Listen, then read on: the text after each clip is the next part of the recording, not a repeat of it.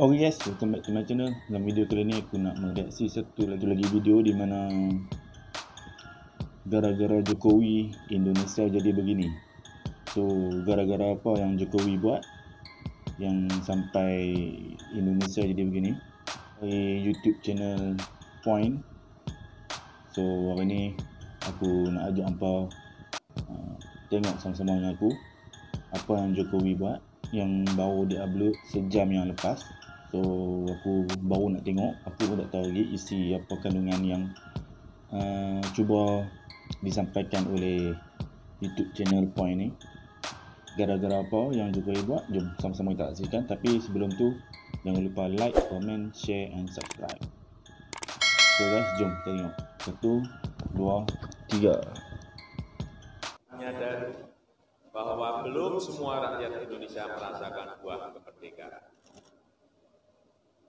Kita menyadari bahwa manfaat pembangunan belum sepenuhnya merata di seluruh pelosok tanah air. Kita menyadari bahwa keadilan sosial bagi seluruh rakyat Indonesia belum sepenuhnya bisa kita wujudkan. Bayangkan sejak Indonesia merdeka sejak 73 tahun lalu sampai dengan sekarang mereka baru mendapat penerangan. Jadi saya bersyukur, terima kasih kepada Menteri, Bapak Presiden, terima kasih luar biasa dibangun lampu saya di kampung saya di Ampas. Kemajuan yang dibuat oleh Jokowi. Ketika Jokowi mengubah wajah murung daerah terluar Indonesia.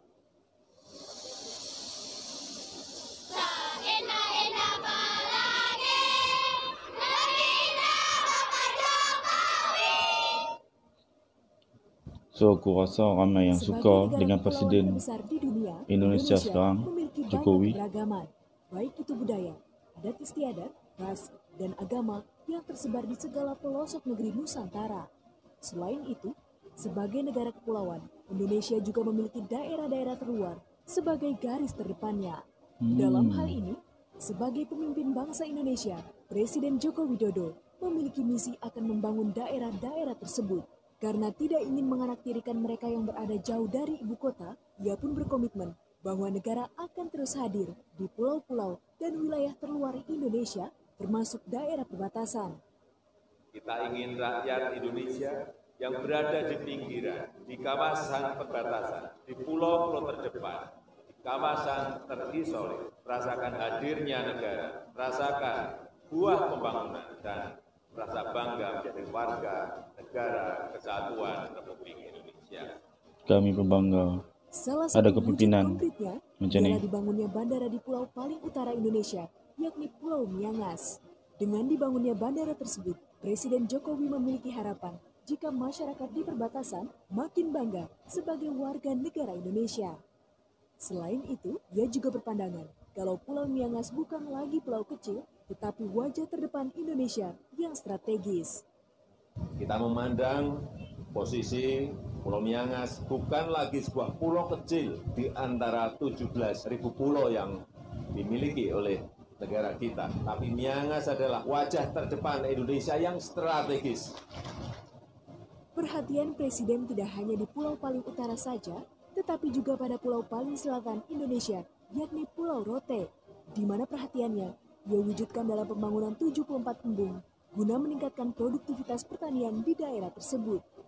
Dengan 74 embung yang sudah ada ini, kita harapkan produktivitas pertanian pun juga akan meningkat. Kehadiran Jokowi di Pulau Rote menjadi salah satu catatan sejarah bagi masyarakat Rote.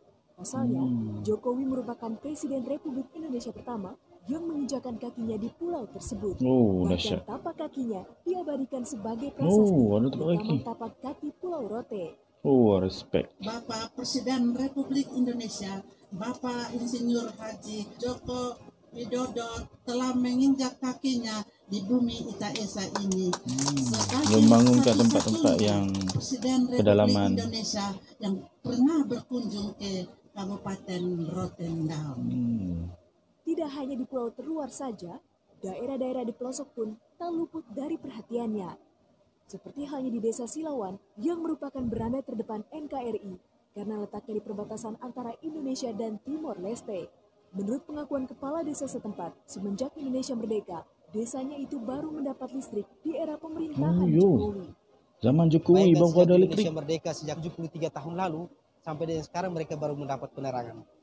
Selain desa Silawan, cahaya harapan bagi warga desa Ampas di Papua pun kini terwujud. Oh, yo. Desa Ampas sendiri merupakan desa tertinggal yang berada di Kabupaten Kerom, kawasan Provinsi Papua ujung timur Indonesia yang berbatasan langsung dengan negara Papua Nugini, di mana desa tersebut selama berpuluh-puluh tahun hanya menggunakan pelita sebagai Oh, penerangannya. yo.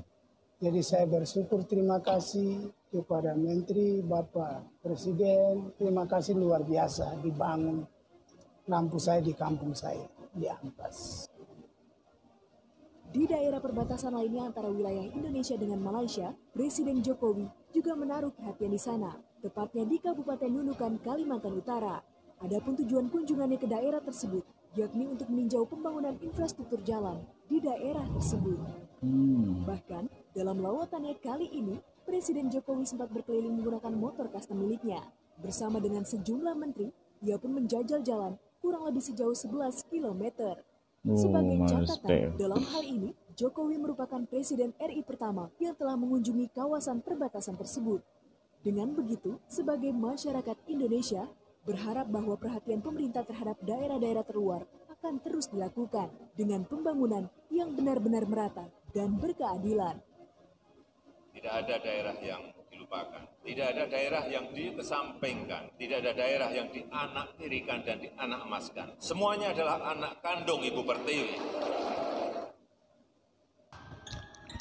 Okey guys, setakat tu video kita kali ni. So, aku amat-amat bangga dengan kepimpinan Jokowi. Dan beruntung rakyat Indonesia dapat pemerintah macam Jokowi yang sanggup masuk ke pedalaman dan membangun tempat-tempat pedalaman. So, bagi rakyat Malaysia pun bangga sebab Indonesia dapat presiden macam tu, membangunkan tempat-tempat yang pedalaman dan tak ada internet, dan dibagikan internet dan kawasan pedalaman dan dibuatkan pembangunan dan kemajuan. So, aku respect. Apakah Jokowi bakal menjadi Presiden Islam yang kedua yang terkuat dan terpengaruh di seantero dunia? Aku harap satu hari Indonesia akan ikut langkah jejak Presiden Turki Tayyip Erdogan. So, aku pun harap juga Malaysia dapat pemimpin yang betul-betul nak buat kebajikan, kemajuan dan membela rakyat. So, bagi rakyat Sabah yang ada PRN kali ni, aku harap hampa pilih pemimpin yang betul-betul nak memperjuangkan rakyat. So guys, jumpa lagi next video. Jangan lupa like, comment, share dan subscribe. Assalamualaikum.